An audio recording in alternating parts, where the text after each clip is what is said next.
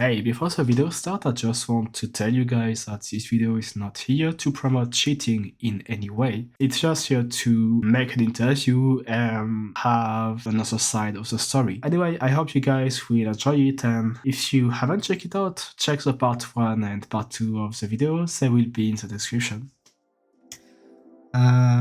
So now I kind of want to go on like basically what the cheat do and like maybe having your insight as developers on what people should look out for about cheaters and cheating in general.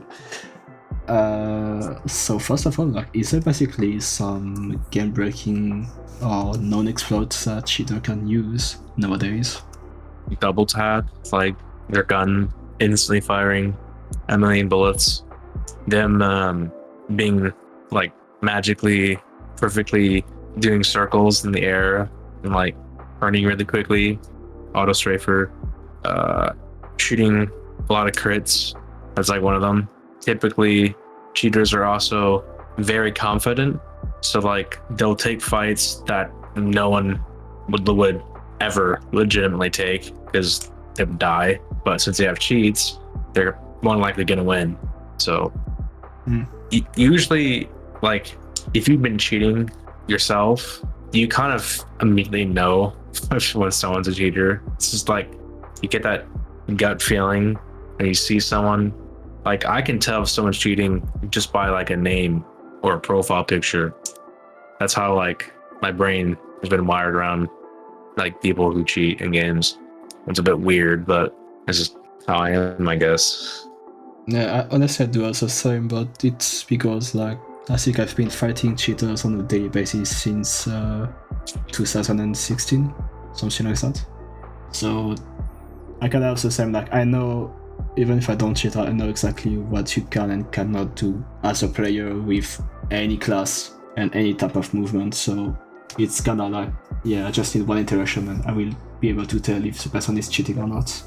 If you have a team of people who know how to play the game and the cheater is like, you outnumber the cheater and you like play battalions back up and play sentries with vaccinators, you can beat them pretty easily. The game is a team-based game, so if you use teamwork against a small group of cheaters, you'll win, even if they have like snipers and heavies and all that stuff like that, because they're not going to be able to deal with a coordinated team push of the legitimate players. It's just not possible. I've had it happen to me a couple of times, and yeah, it's steamroll.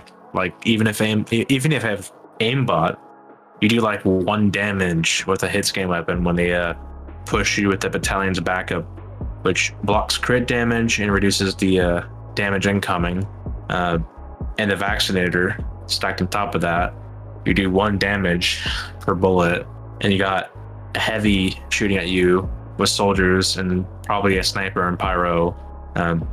You're probably dead.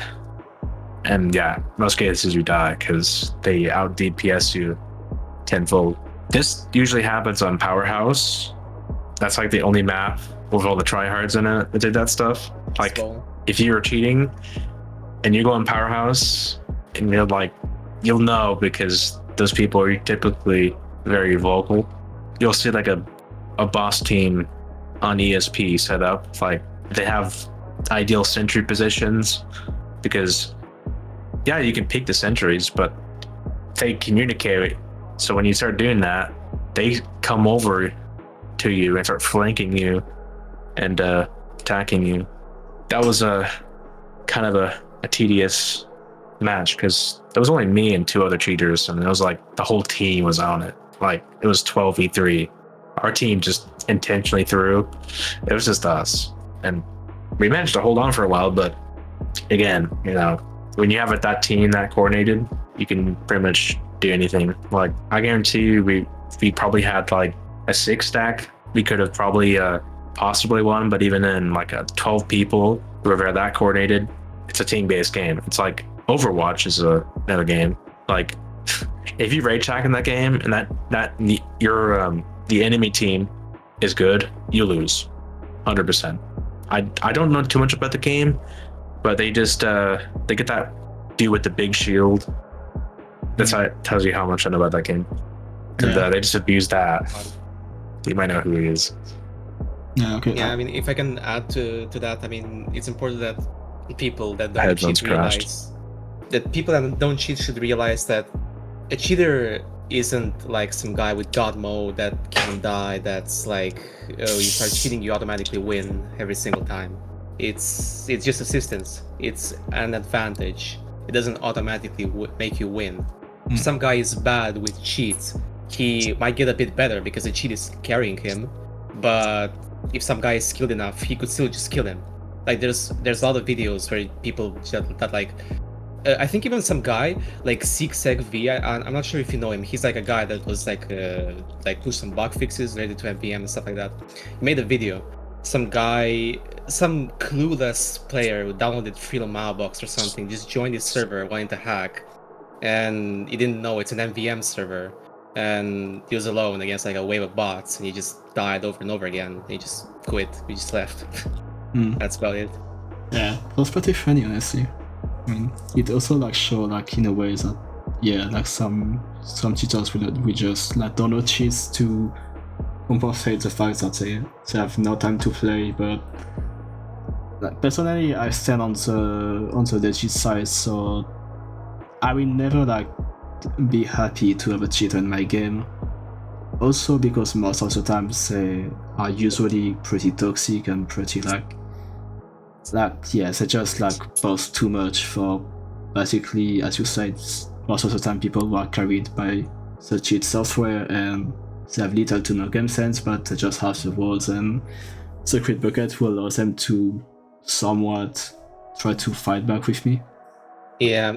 Oh yeah, I wanted to add as well, game breaker on known exploits. Backtrack. Obviously, I mean, I'm pretty sure every single cheater uses backtrack. So yeah, it's especially with fake latency, since well,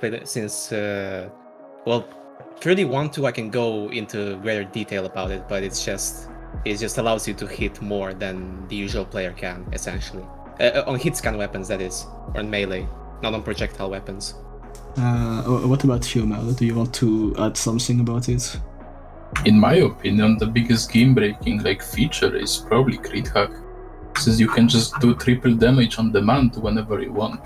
Yeah, that's true. That's true. That one is a pain to fight, honestly. Yeah, I mean, you just press a button and you just kill a guy in one shot.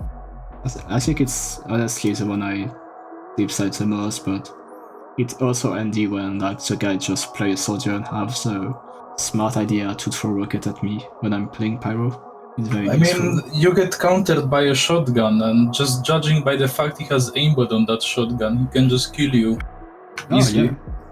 Yeah, but the first few times, because he's cocky, he just don't do that.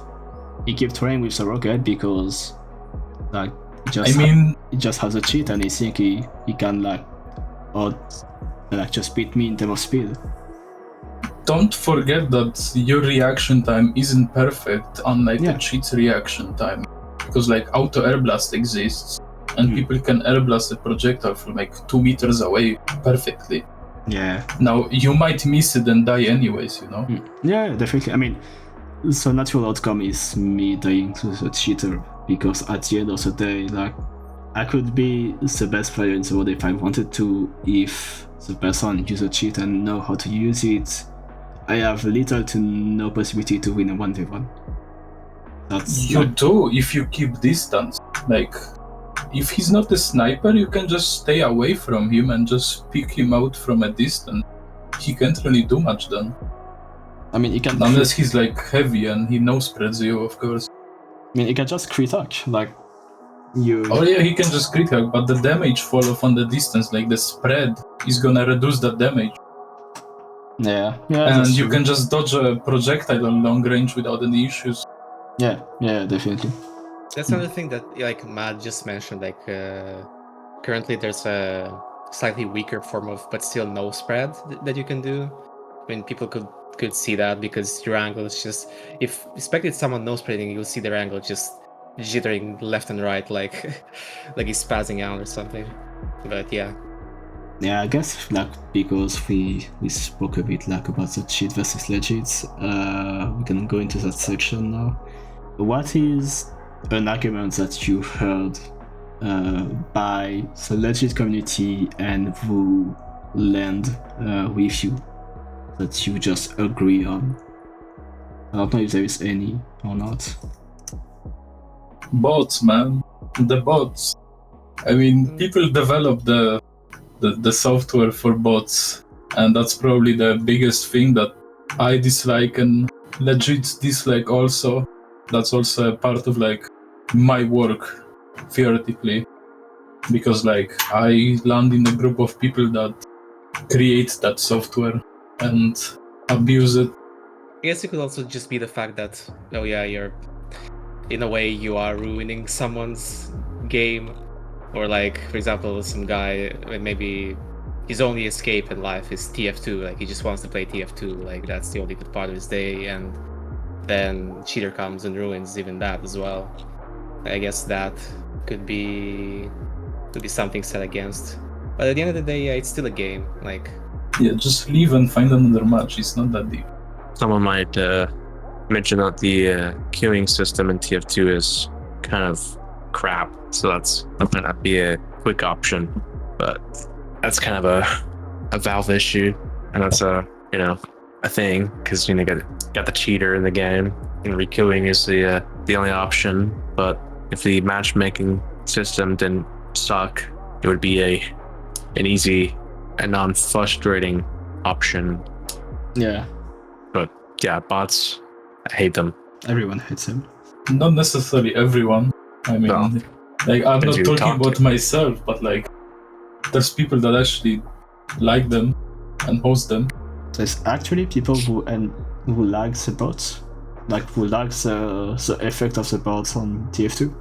I mean, if you look hard enough, there's definitely people that want the game to die, and they will gonna like everything that works against the game. I mean, yeah, but it's just like a sad like mindset to have, honestly. Like if you don't like a game, just move on to something else, you know. It's not it's not needed to like spend your energy and your time on something that you hate. some people might even just have a vendetta against TF2 for whatever reason. I mean, I can't personally imagine one, but they might just have a vendetta against TF2 or some Valve developer that they just do not like. Maybe that could be another reason for liking that. Yeah, definitely. Yeah, so that could be indeed. I couldn't portray why, but yeah, it definitely could be. Since we did the legit side, I now want to ask you about your side as a developer. And what is the main argument of why you build some cheat software? Like you kinda like talk a bit at the beginning of the interview, but could you go a bit more in detail right now? I mean, I didn't really start that long ago, as some people did, but it's just fun. It's just something that it's out of pure enjoyment, out of pure wanting, a pure wish to create something, a project of my own basically, and also develop my knowledge at the same time. I personally love programming. Well, in C++, that is. I love the language, and I love reverse engineering as well. And since I've wanted to do that since 3 years ago, I mean, I haven't stopped. I'm gonna keep on doing it, and I guess that's from my perspective. That's the main argument. I like it that much. I like investing that much time into it.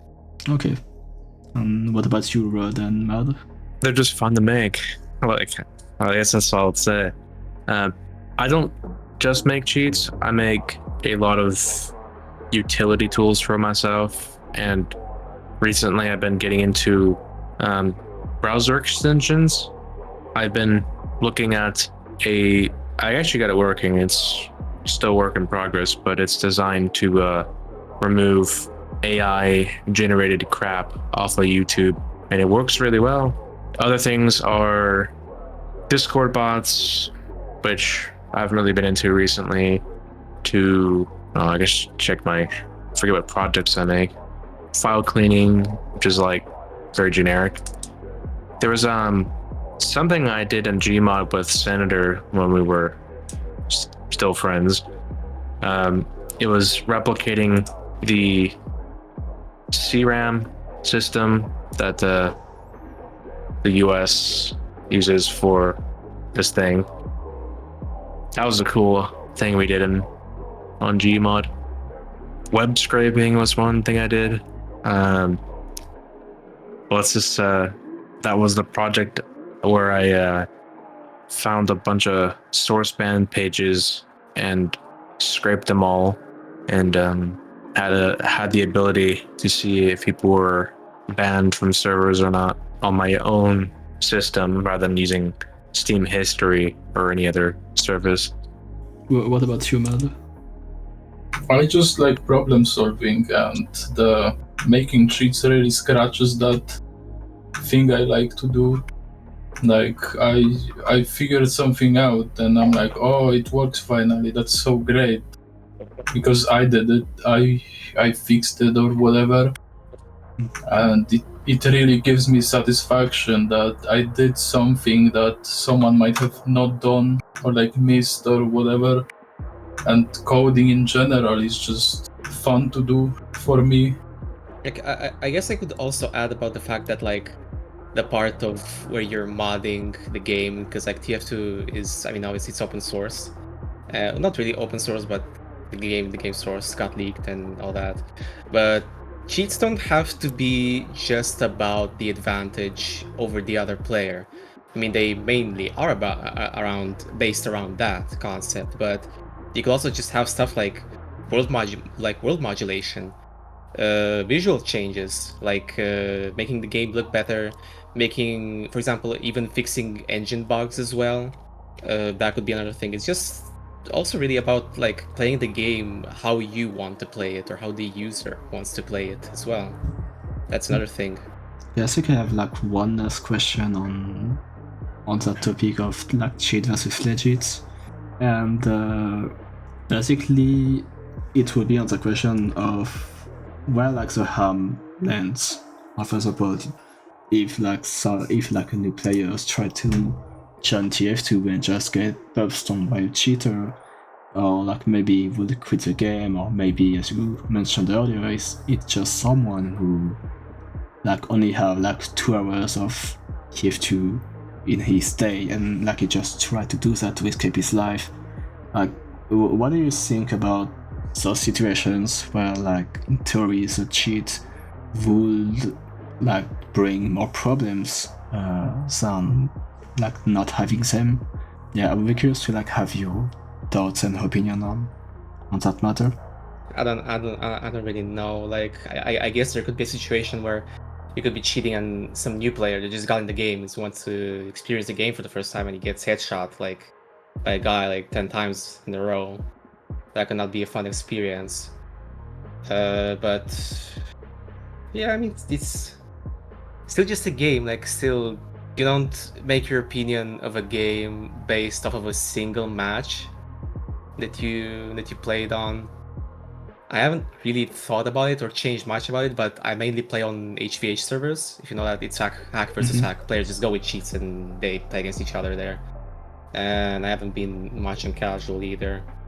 But other than that, I don't know what kind of events could be ruined. I guess maybe if you're thinking about like competitive cheating, something like that, like breaking the integrity of the game competitively. Because TF2, at its core, TF2 is a casual game, right? Like, even you have it in the name as well, casual. Like, it's still a matchmaking system, but whatever. And I guess maybe in the competitive sense, it could ruin that as well. I haven't personally seen that many cheats that cater to the competitive player, or like 6v6, Highlander, all of that stuff. Okay. So yeah, that's about it. That's about it for me. This is kind of the same thing from earlier, where like you can get into TF2 and then everyone in the game is like, they're not cheating, but they're really good. That can be a very harmful experience. Yeah. And TF2 itself is kind of like confusing to new players because of how it all works. Like, there's no real tutorial for the full game that details all the mechanics. So it's kind of a problem. Like, imagine you unlock the vaccinator, for instance, like there's no tutorial for that. That'd be kind of cool. Like you unlock it, it like pops up on the menu and tells you if you could how to use it in like a training match, but they don't do that because they guess Valve gave up on tutorials for some reason. Yeah, I mean, obviously, if they go into a game and it's like full people spinning, looking up, headshotting everyone, or shooting crit rockets at them, and then yeah, they'll say the game's probably a piece of shit, full of cheaters. But yeah. Okay. I mean, I guess like yeah, it could also be the case where like they bump into like a legit stack with people who have like 5 or 6,000 of hours and they just get buffed on that way. I assume like it's like both scenarios will not make the game fun for the players, but considering Valve don't implement MMS system, I don't think there is real fix on that aspect. What about you, Mad? Do you have like anything you want to add about that? Well, the problem doesn't really like close on the cheaters. It's also related to like people that just pop stomp, you know, just sweaty players, stick stacking on casual and just killing everyone. Because it's the same thing as getting headshotted by a cheater.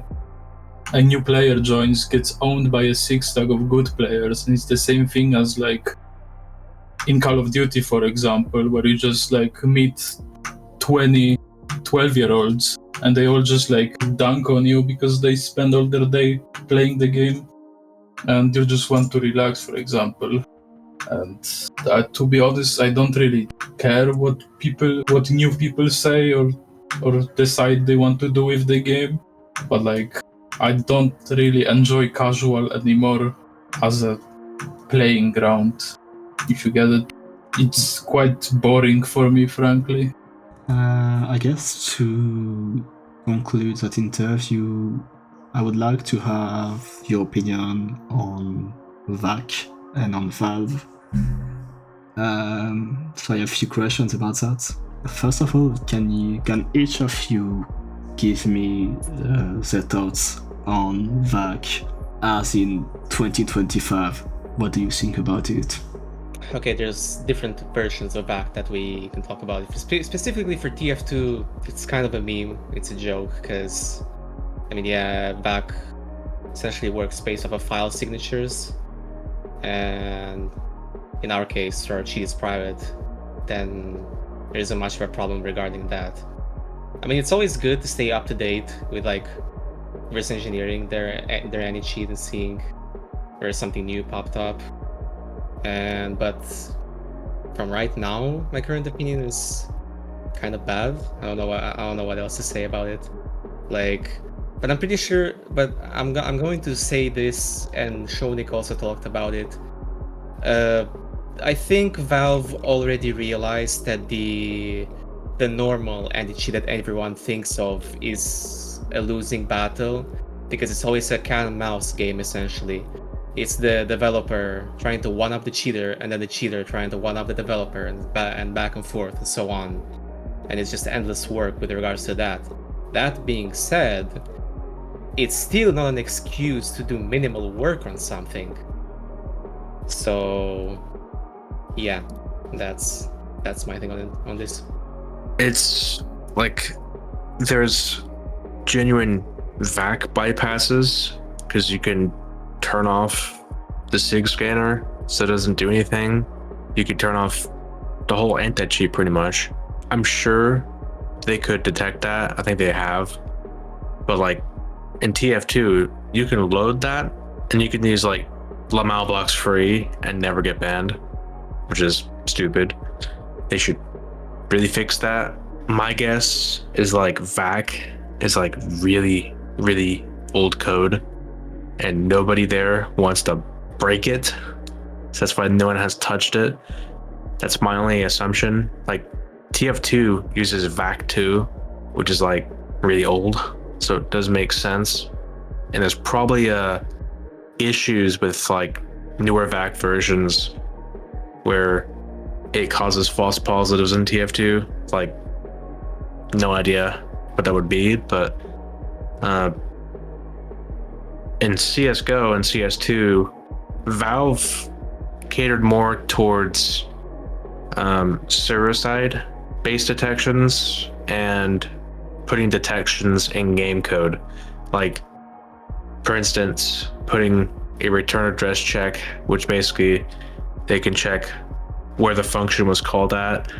And the simple explanation to that is if you call a function and you cheat, they'll pretty much know right away that you're cheating. That's easy to get around, of course. A lot of games do that to detect cheating. Those games typically don't want to have a cheat that is internal anyways, but TF2, you can use free cheats, you can use detected cheats, just load the VAC bypass, and until it gets people banned for using it, you can use anything. It doesn't do anything anymore. That thing existing, it's basically useless. Well, for me, VAC is just like a little stone under my foot. I just walk all over it. I mean, not all over it. I just walk over it, and nothing really changes about the way I play the game. Like Ruth said, you can just load a VAC bypass in like 3 seconds, and the whole thing just disappears. It's not really a problem anymore.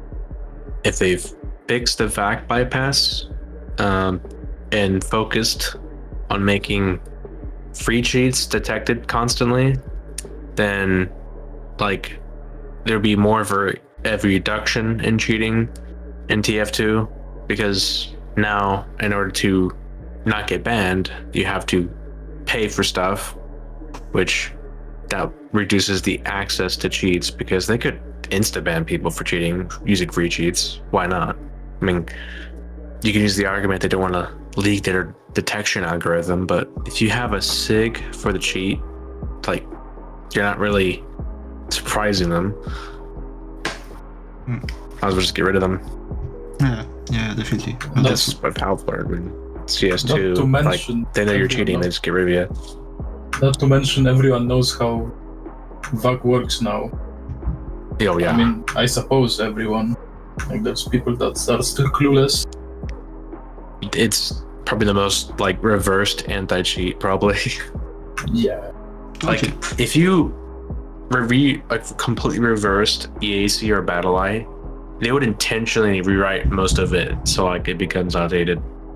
Like, yeah, which they makes got sense. to. They get paid lots of money to do it. Yeah. Yeah, so it will make sense they're doing that. Well, since we're speaking about like anti-cheat and stuff like that, I kind of want to go back on the ban wave who happened, I think it was last summer, in 2024. 2024. Yeah. 27th. Can you like give me your thoughts about the ban wave who happened last summer? And since I still see people getting banned nowadays, I still happen to bump into cheaters who are getting banned like few days after because they rage hack on 2Out. Can you give me your thoughts on all of that? Valve could always ban people manually. They just don't want to give people that idea that they could, because then their support tickets would be jammed with that. Basically, imagine this, like, there's a thing called Steam Trust. It's like only given to like game companies that are like trusted by Valve. I guarantee you they know they have a system probably already detecting VAC bypass, and they mark accounts, but they just don't do anything. Maybe the other giveaway factor for getting game banned as well is like, why does this guy have 10 alt accounts only for TF2 and only playing TF2? He's probably cheating. I don't really know their threshold for game bans. My guess it's probably people who are close to the contractor that works in the game that reports the accounts, because I never got hit by it. And literally one night when I was playing late night, being obnoxious in the voice chat, insert colorful metaphors here. I was game banned within an hour. So I think it has to do with how much attention you draw to yourself and why you're getting banned, because it's not automated. It's a guy or a gal manually going on their Steam administrator panel and banning you.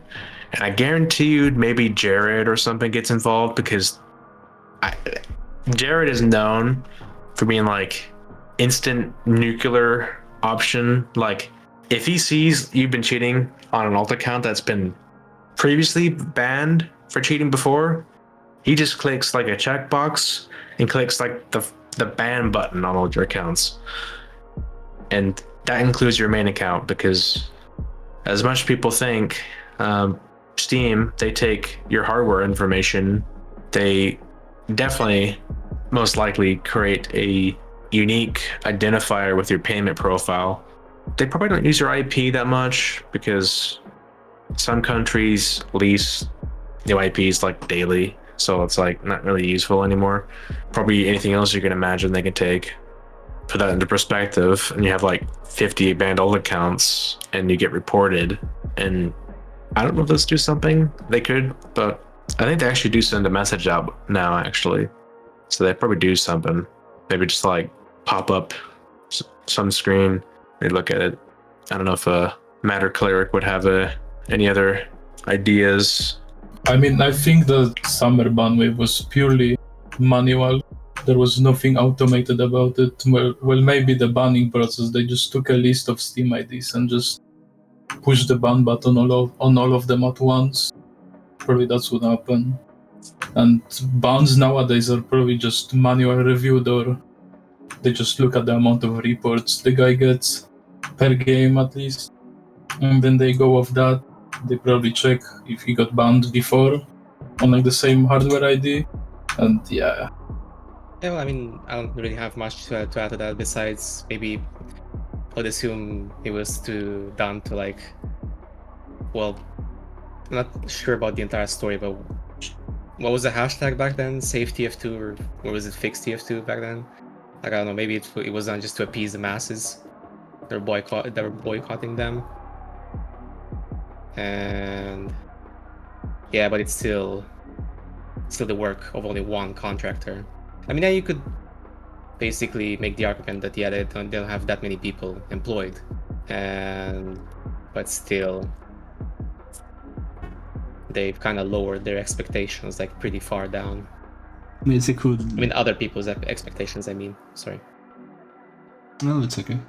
To be fair, like they could hire like more people to do that job, but I don't think it's like the vision of the company or what they want to go yeah, for. It's a pretty private company, to be fair. Yeah, like getting accepted into Valve isn't just sending an employment letter and that's it. Yeah. Valve requires a lot of qualifications to be hired that are somewhat unrealistic for a lot of young developers.